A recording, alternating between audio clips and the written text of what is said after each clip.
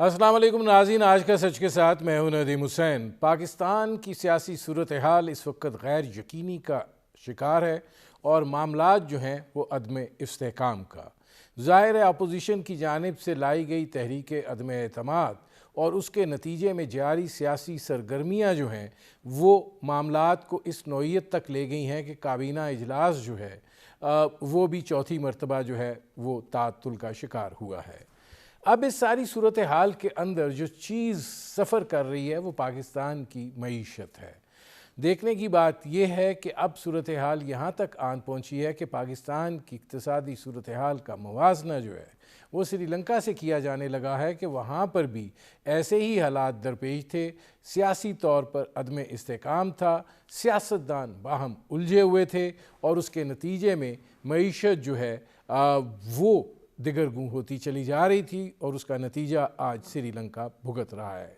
ये बात कही जा रही है कि ऐसा लगता है कि पाकिस्तान जो है वो भी श्रीलंका वाली सूरत हाल और कैफियत से 6 महीने के फासले के ऊपर है और अगर ये मामला जो हैं ये इसी तरीके से चलते हैं और अदम यकीनी की जो कैफियत है वो तारी रहती है और हालात जो हैं वो इस्तेहकाम पजीर नहीं होते हैं तो पाकिस्तान की इक़्तिसादी सूरत हाल जो है वो मज़ीद ख़राब हो सकती है। इस वक्त पाकिस्तान को IMF के साथ भी मुज़ाकराती अमल में मुश्किलात का सामना है। ज़ाहिर है कि पेट्रोलियम मसनूआत की कीमतों और बिजली के नरखों में हुकूमत ने अवाम को जो सहूलत फ़राहम की है वो यकीनन बैनुल-अक़वामी सतह पर अगर देखा जाए तो बढ़ती हुई कीमतों के मुकाबले में ये यकीनन एक हवा का झोंका था। लेकिन अब IMF जो है वो इस हवाले से तहफ़्फ़ुज़ात का इजहार कर रहा है, इस बात को तस्लीम करने के लिए तैयार नहीं है कि पाकिस्तान के अवाम इस कदर भारी बोझ जो है वो नहीं उठा सकते हैं। मामलात जो हैं वो दुरुस्त नहीं हैं, हालात ऐसे नहीं हैं। अब देखना ये है कि जो 7th रिव्यू चल रहा है IMF के साथ उसका नतीजा क्या निकलता है। और दूसरा ये कि अपोजिशन अब ये एक बात कह रही है कि हुकूमत जाते जाते IMF के साथ प्रोग्राम को जो है वो ख़त्म करना चाहती है या ख़राब करना चाहती है। ऐसी सूरत हाल में पाकिस्तान के पास फिर ऑप्शंस जो हैं वो क्या बचते हैं। इस वक्त अगर मजमूई सूरत हाल देखी जाए तो पाकिस्तान का खसारा जो है वो बढ़ रहा है, पाकिस्तान का तजारती खसारा जो है वो बढ़ रहा है। ज़ाहिर है महंगाई जो है उसमें इजाफ़ा होता चला जा रहा है, ये थमने का नाम नहीं ले रहा है। अब इस बात के बावजूद कि वज़ीर आज़म इमरान ख़ान ये दावा कर रहे हैं कि टैक्स इतना जमा हुआ है कि अवाम को सहूलत देने में वो मुआविन साबित हुआ है, लेकिन क्या ये सब कुछ जो है ये हकीकत पर मबनी है। इस पर करेंगे बात। आपका अपने मेहमान से तारुफ़ करवाते हैं। मेरे आज के मेहमान पाकिस्तान की मईशत पर गहरी नज़र रखते हैं, साबिक चेयरमैन FBR रहे, माहिर टैक्स हैं, शब्बर ज़ैदी साहब। अच्छा शब्बर ज़ैदी साहब, पहले तो ज़रा ये फरमाइएगा कि इस वक्त जो मैं आपसे कहूँ कि सियासी सूरत हाल के तनाजुर में पाकिस्तान की मईशत जो है वो कहाँ खड़ी है, तो आप क्या कहेंगे? देखिए, मेहरबानी रीफ साहब, आपने मुझे मौका दिया। पाकिस्तानी मईशत इस सियासी जो अभी तनाव है या जो कुछ सियासी सूरत हाल है, इससे पहले भी पाकिस्तानी मईशत कोई बहुत अच्छे हालात में नहीं थी और यूक्रेन की वार से वो और मजीद परेशानी की तरफ चली गई है और पाकिस्तान की मईशत को जो बुनियादी मसाइल का शिकार है, वो दोनों मसाइल अपनी अपनी अपने सिर में मजीद आगे बढ़ते जा रहे हैं और पाकिस्तान में और एक्चुअली अगर देखा जाए तो इस वक्त किसी भी हुक्मरान के पास बहुत ज्यादा जराए नहीं है कि जिससे वो उसको सही कर सके। ये एक बड़ी बदकिस्मत सी और एक बड़ी मुश्किल सी सूरत हाल में पाकिस्तान का मुल्क इस वक्त है और उसको हमें उस सूरत हाल से निकालने के लिए कुछ बुनियादी माशी फैसले करने हैं, जो माशी फैसले नॉन पॉपुलर होंगे और शायद पाकिस्तान की सियासी सूरत हाल ऐसी है कि कोई गवर्नमेंट भी गैर पॉपुलर फैसले नहीं कर सके। तो हालत बात यह है नदीम साहब कि जो चीज खराब थी वो इन फैसलों की वजह से मजीद खराब होती जा रही है। और ये हमारी बदकिस्मती है कि इस टाइम पर हम एक सियासी तनाव का शिकार हो गए हैं। अब इसमें शबर जैदी साहब ये फरमाइएगा कि ये बात कही जा रही है पाकिस्तान का मुवाजना जो है वो श्रीलंका से किया जा रहा है कि वहाँ भी सियासी सूरत हाल इसी तरह थी, सियासतदान आपस में दस्तो गिरेबां थे, वहाँ भी तरसीलात ज़हर हैं, लेकिन अब श्रीलंका आज जिस मुकाम पर खड़ा है वो सूरत हाल जो है वो यकीनन बहुत पेचीदा है। आपको क्या लगता है कि पाकिस्तान का जो मुवाजना किया जा रहा है वो दुरुस्त है या नहीं? अभी कुछ स्पेस है कि जिसको ब्रुए कार लाकर हम इस सूरत हाल से बच सकते हैं? ये देखिए बिल्कुल सही है कि श्रीलंका की सूरत हाल तो अपनी अपनी मंतकी अंजाम पे पहुंच चुकी है, मगर पाकिस्तान की सूरत हाल श्रीलंका की सूरत हाल से बहुत ज्यादा मुख्तलिफ नहीं है। श्रीलंका भी शदीद मसाइल का शिकार है जो सियासी और माशी दोनों मिल के पैदा हुए हैं, और उनका मसला भी वही है जो बहुत अरसे से था और वो आखिर आखिर में आकर इस जगह पर अख्तिताम पजीर हुआ है। तो और श्रीलंका भी आपको पता होगा कि एक सी पैक की तरह की चीज का में दाखिल हुआ था और वो उसने उसको उनको बड़ा नुकसान पहुंचाया है।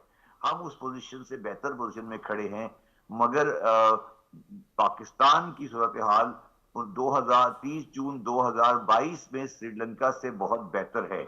मगर जो हमारा अगर हमने अपने तरीके नहीं बदले और हमने अपनी मुबाशी सिमत को सही नहीं किया तो 2023 में हम बिल्कुल वहीं खड़े होंगे जहां आज श्रीलंका खड़ा है। और ये बात मैं बार बार कहता रहा हूं मगर लोग इसकी तरफ ध्यान नहीं दे रहे।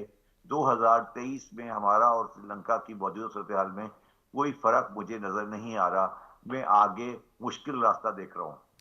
अच्छा शबर जैदी साहब, अब ये फरमाइएगा कि ये जो IMF के साथ रिव्यू चल रहा है, अब IMF को तहफ़्फ़ुज़ात हैं उस सहूलत पर जो वज़ीर आज़म इमरान ख़ान ने उसको सियासी दबाव का नतीजा कह लें, या ये कि वो हकीकतन चाहते थे कि आवाम को जो है वो सहूलत मिले और पेट्रोलियम की कीमतों में इजाफ़ा करने की बजाय टैक्सेस ख़त्म करके जो 10 रुपये फ़ी लीटर और बिजली में 5 रुपये फ़ी यूनिट की जो सहूलत दी गई उस पर एतराज़ है। अब मामला ये है कि IMF का तो सब्सिडीज़ पर एतराज़ है। ये जो अपोजिशन कह रही है कि जी ये IMF का प्रोग्राम जो है उसको ख़त्म करना चाह रहे हैं, अगली हुकूमत के लिए मुश्किलात पैदा हो जाएंगी, रहना चाहिए, ये आप क्या कहते हैं इस पर? देखिए नदीम साहब, मुझे इमरान खान साहब की नीयत पर और उनकी ख्वाहिश पर उनके एक्शन पे कोई शक नहीं है। वो उनके तमाम जो इक़दाम हैं वो ठीक है। सवाल ये नहीं है, सवाल ये है कि क्या पाकिस्तान की मईशत इमरान खान की ख्वाहिशात और इमरान खान की पॉपुलर रजीम के लिए की मुताम्मल हो सकती है। और ये बात इमरान खान की नहीं है। कोई भी हुक्मरान जिस वक्त होता तो उसको गैर पॉपुलर रजीम नहीं लानी चाहिए तो इमरान खान ने जो किया वो एक सियासतदान एक पाकिस्तानी की हैसियत से बिल्कुल सही किया। मगर ये असल में दो किताबें हैं। एक किताब जो है वो ये कह रही है कि आप पॉपुलर रजीम की तरफ चले जाएं, एक किताब ये कह रही है कि आपको चीजें देखती हैं। तो इमरान खान साहब ने जो किया है वो उनके अपने नजरिए के हिसाब से, और शायद मैं होता तो मैं भी यही करता, मगर ये काम इस वक्त पाकिस्तान में मुकम्मल में सही नहीं था। बात इसमें थोड़ा सा इसको और आगे लेके चलें। बात यह है नदीम साहब कि पाकिस्तान की जो मईशत है इसमें से एक हिस्सा, इसको मैं एक हिस्से में तकसीम करता हूं, और वो हिस्सा है पाकिस्तान की ऑयल की मईशत या एनर्जी की मईशत।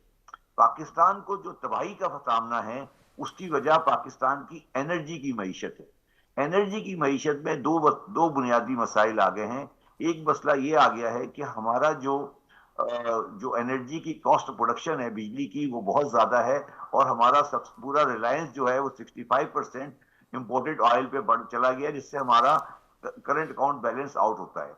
दूसरा मसला ये है कि हमने सब्सिडी की आदत इतनी ज्यादा डाल दी है पाकिस्तानी कौम को कि अब उस सब्सिडी को जब हम सही करने के लिए कम करना चाहते हैं तो पाकिस्तान की किसी भी गवर्नमेंट के अंदर वो सियासी ताकत नहीं है कि वो उसको कम कर सके। आप इस सिलसिले में अगर शौकत तरीन साहब का बयान पढ़े, उन्होंने कहा कि ऑयल की प्राइस जो होनी चाहिए 240 रुपए लीटर होनी चाहिए। वो जो बात कर रहे हैं वो गलत नहीं कर रहे। अब सवाल ये है कि अगर ऑयल हमें 240 रुपए पर लीटर पड़ रहा है और हम उसको एक सब्सटेंशियल सब्सिडी के साथ बेच रहे हैं, तो ये तो अब एक पाकिस्तानी कौम एक अजीब दोराहे पर आ गई है कि ऑयल की प्राइसेस हम बढ़ा नहीं सकते, कीमतें बढ़ती जा रही हैं, तो उस डिफरेंशियल को किसी को तो अब्जॉर्ब करना पड़ेगा। अब रियासत के अंदर उसको अब्जॉर्ब करने की सलाहियत नहीं है, तो अब ये एक ऐसा ऐसा गुज्जलक मसला है कि जो हमें हल करना पड़ेगा। इसका इलाज मैंने शबर ज़ैदी साहब, मुझे ज़रा ब्रेक लेना पड़ रहा है और वापस आते हैं तो फिर ऑप्शन पे भी बात करते हैं। नाज़रीन, हमारी गुफ्तगू जारी है, एक मुख्तसर से कमर्शियल ब्रेक का वक्त हुआ है, मिलते हैं इस वक्त के बाद।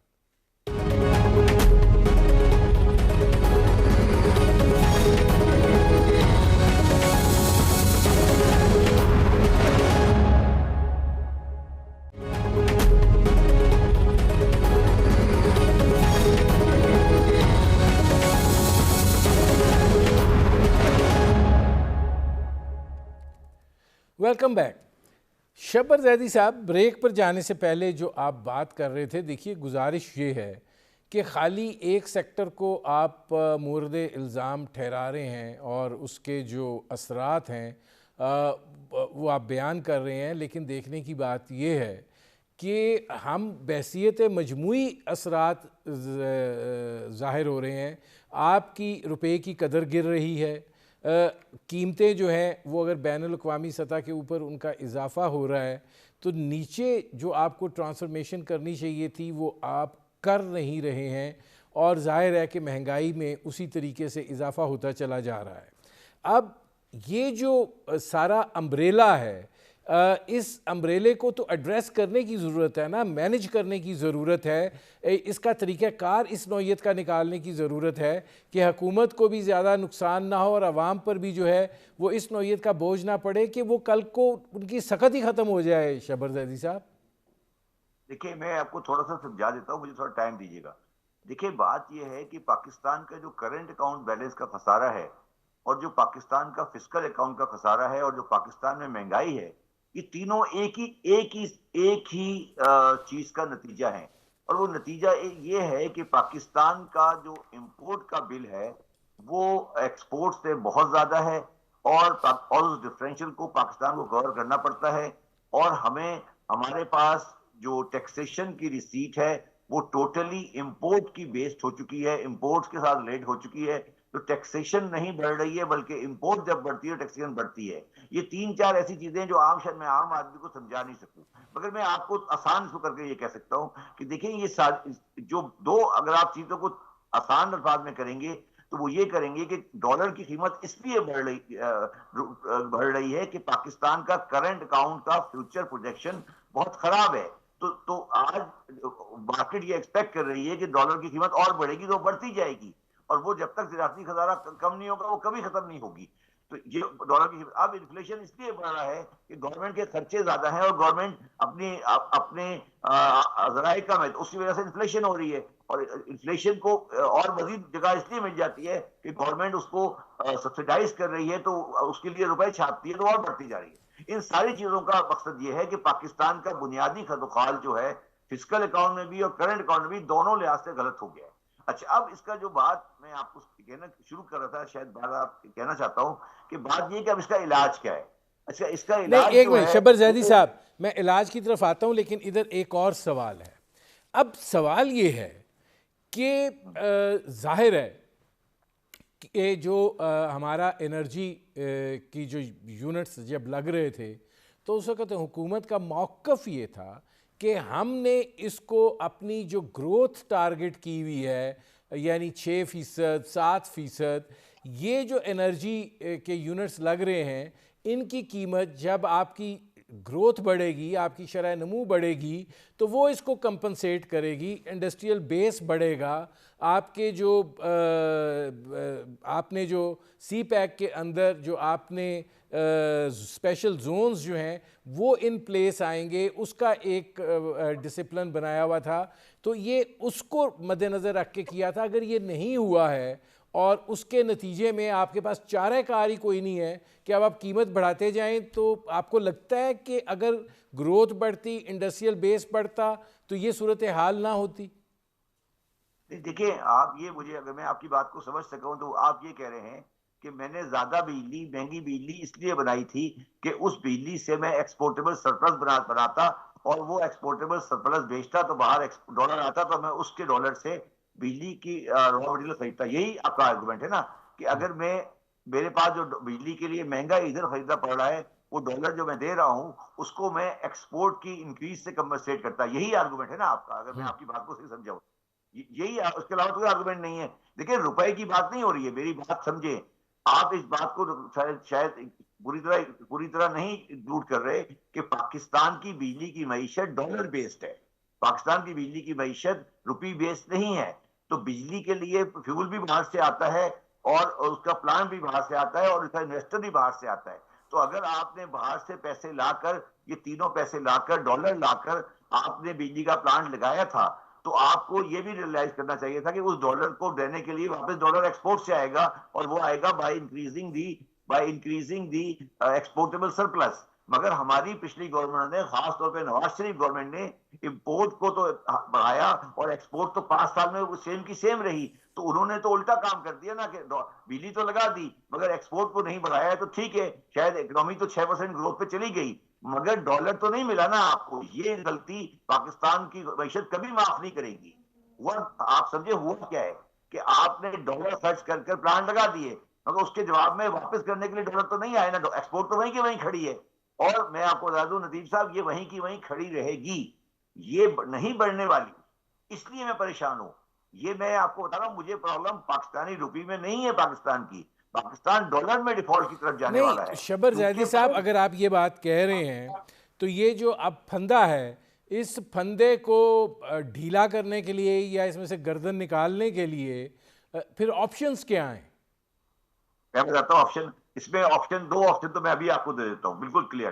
पहला ऑप्शन ये है कि हमारे पास बिजली बनाने की सलाहियत तो है, और मगर हमने कभी ये नहीं कहा कि बिजली जो हम बना रहे हैं इसमें से कितनी बिजली हम जाये कर रहे हैं। जाये का मतलब ये है कि जो हम रात को 6 बजे से लेकर 12 बजे तक बिजली इस्तेमाल करते हैं और दुकानें बाजार सब खुले रखते हैं, वो बंद करेंगे तो बिजली की कंजम्पशन कम होगी, और वो बिजली, महंगी बिजली हम इंडस्ट्री में यूज करेंगे। तो अभी हमें, अगर खान साहब को तब्दीली चाहिए थी, तो तब्दीली वो ये लाते कि 6 बजे के बाद बाजार बंद हो जाते। मगर मैं आपको बता रहा हूं, आज मैं कह रहा हूं, ना खान साहब और जितने बैठे हुए हैं बाहर सियासतदान, इनमें से किसी की हिम्मत नहीं है जो ट्रेडरों के साथ ये ले सकें, और वो बंद नहीं करा सकेंगे। मेरा झगड़ा भी ट्रेडरों के साथ ही हुआ था ना जी। तो बात यह है कि ये ट्रेडर्स जो हैं, ये इस तरह एक्ट करते हैं, 6 बजे के बाद से लेकर 12 बजे तक जो हमारा पूरा पाकिस्तान बिजली में चमचमा रहा होता है। क्या पाकिस्तानी जैसी कौम वो बिजली अफोर्ड कर सकती है? अगला सोल्यूशन ये है, ये हमने 11,000 गाड़ी इंपोर्ट की है, 12,000 गाड़ी इंपोर्ट की है, और वो वाली गाड़ी इंपोर्ट की है जो महंगा फ्यूल खाती है। तो और पेट्रोल का हमारे पास एक खतरा भी नहीं है। तो वो किसका मशवरा था? वो किसने मशवरा दिया था? फॉर्ड ने तो नहीं कहा था, वो IMF ने तो नहीं कहा था ना। ये तो आपका अपना फैसला है ना। तो ये जो फैसला हमने किया, अब चले हो गया फैसला, गाड़ी आ गई। तो नहीं नदीम साहब, मेरा इलाज इसमें यह है कि आप पाकिस्तान में खास साहब अगर तब्दीली चाहते हैं तो कल सुबह ऐलान करें कि पेट्रोल जो है, कोई भी गाड़ी जो 1000 सीसी वाली गाड़ी है उसका पेट्रोल 100 रुपए होगा, और जो गाड़ी 2000 सीसी वाली है, अगर लग्जरियस गाड़ी है, उसका पेट्रोल 150 रुपए होगा। देखिए पाकिस्तान कैसे ठीक होता है। हम पाकिस्तान को ठीक करना नहीं चाहते। मसला हमारा यह है कि हम रहना चाहते हैं ऐशी के साथ।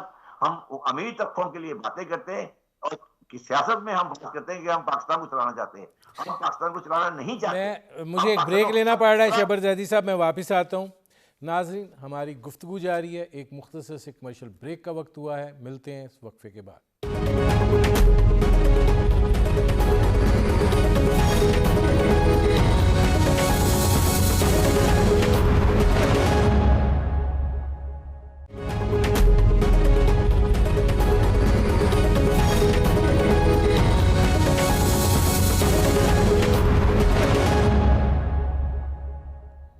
Welcome back. शबर ज़ादी साहब, ब्रेक पर जाने से जो पहले आप जो बात कर रहे थे और जिन आप ऑप्शंस की बात कर रहे हैं, यकीनन अपनी जगह पे वो दुरुस्त हैं, लेकिन ये भी तो देखिए ना कि कैपेसिटी पेमेंट भी तो करनी है ना, कि बिजली आप इस्तेमाल करें ना करें आपको पैसे देने हैं। वो दुकानदार 6 से 12 इस्तेमाल तो कर रहा है ताकि कुछ तो बिल जनरेट हो रहा है, जो हुकूमत जो है उसकी अदायगी जो है वो कर रही है और कमर्शियल यूनिट में हो रहा है। अगर वो भी ना हो तो फिर कैपेसिटी पेमेंट्स जो हैं उनका इलाज क्या होगा?